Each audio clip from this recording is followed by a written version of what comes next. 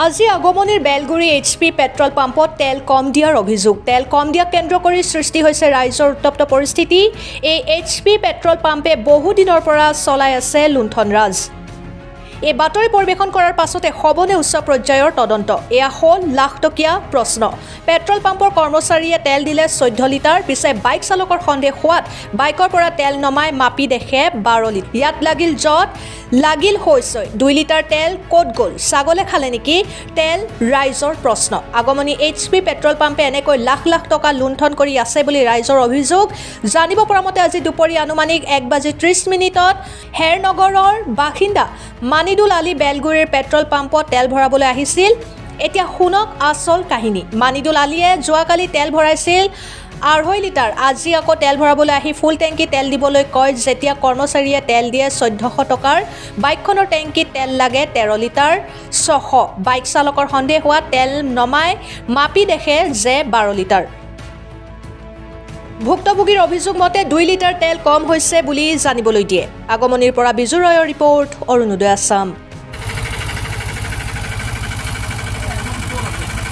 ঘটনাটো হ'ল যে মোৰ গাড়ীখনত তেল লিটাৰ টেংকিত তেলৰ কেপাচিটি আছে 13 লিটাৰ 500, কিন্তু মোৰ গাড়ীখনত 2.5 লিটাৰ তেল মই কালি ভৰাইছোঁ। আন্দাজ মতে আজি ধৰি লওক 1/2 লিটাৰ গৈছে আৰু 2 লিটাৰ থাকিব লাগে। এতিয়া মই তেল ভৰাওঁতে ইহঁতে 14 লিটাৰ 400 তেল ভৰাই দিছে মোৰ গাড়ীটো। এতিয়া মই জোখলোঁ, মোৰ আগৰ যিটো 2 লিটাৰ তেল আছিল এইটো লৈ ইফালে 12 লিটাৰ 400 তেল ওলাইছে। এইফালে ঢালি ওলাইছোঁ, ওলাই ফালে আকৌ ভৰাইছোঁ। ইহঁতে ডিপুৰ মানুহে ওলাইছে 12 লিটাৰ 400 তেল ওলাইছে।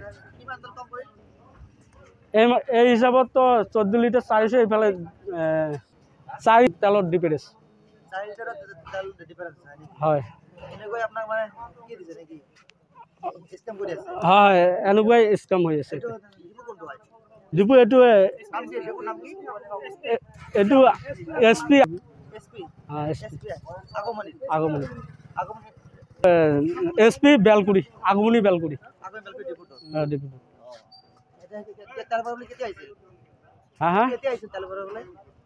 আধা ঘণ্টামান হলো।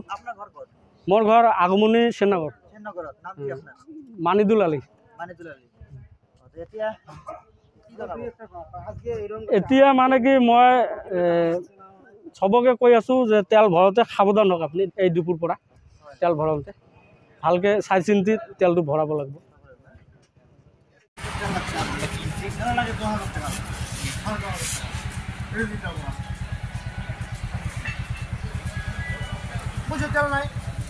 তেল নাই টাকা ঠিকই যাব লাগছে। উমার বিল ওটা 14 লিটার 400 ট্যাঙ্কি, আমার 2 লিটার আছিল।